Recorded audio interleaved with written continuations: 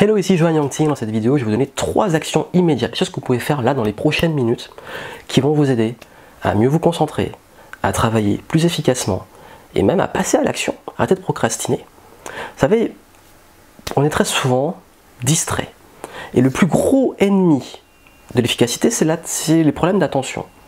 On est en train de travailler, il y a le téléphone qui sonne, quelqu'un qui nous appelle, il y a un truc qui se passe. Et vous savez le temps que ça met de passer à l'action, de se mettre au travail. Et il suffit qu'il y ait une distraction ou que vous arrêtiez. Il faut refaire tout le travail pour recommencer, pour se remettre dedans. Et la distraction, c'est un tueur d'efficacité. Tout comme le fait d'être toujours distrait, d'avoir des sources de distraction, pas dans l'interruption, mais dans l'environnement. Où en fait on va toujours être attiré par un truc qui se passe, un bruit, un truc qui bouge, et ça aussi, c'est pas facile de se concentrer quand on est dans cet état-là. Voilà pourquoi c'est important, dans un premier temps, vous allez me virer toutes ces notifications push que vous avez sur votre téléphone, votre ordinateur.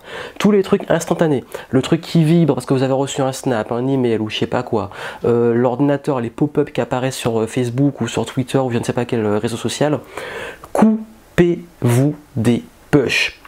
Ça, c'est le pire ennemi de la productivité. Vous pouvez le faire tout de suite. Vous allez sur votre téléphone dans les fonctions et vous verrez les push de vos applications. Et moi, j'ai complètement viré ça. C'est-à-dire que mon téléphone, il ne vibre plus. Bon, alors parfois, très souvent, quand je veux bosser, je le mets en mode silencieux. Et ce qui fait que je suis plus interrompu. Pareil, je suis pas tout le temps derrière mes emails, attendre qu'il y ait un truc qui se passe. Parce que quand vous êtes en train de faire une tâche, vous vous arrêtez parce que vous êtes alerté par autre chose, par un appel, par un SMS, etc. Et du coup, vous devez vous remettre dedans. Et c'est une perte de temps monstrueuse. Deuxième chose, vous allez vraiment ranger et simplifier votre espace de travail. Quand c'est le bordel, le cerveau, il a trop de trucs, trop de données, il n'arrive pas à se focus. Rangez et simplifiez votre espace de travail. Pareil, votre bureau d'ordinateur. Virez-moi tous ces fichiers, faites des dossiers bien rangés, un truc clean. Pareil, évitez les 10 000 fenêtres ouvertes. Soyez simple et soyez minimaliste dans votre espace de travail. Le bureau, l'environnement de travail, aussi bien que tout ce qui va toucher aux applications que vous utilisez. Faites les choses le plus simple possible et ça facilite aussi le passage à l'action. Troisième chose, utilisez un chronomètre. C'est inspiré de la technique du Pomodoro. Pomodoro consiste à lancer un chrono et faire des tâches, des sprints de 25 minutes je crois, sans être interrompu.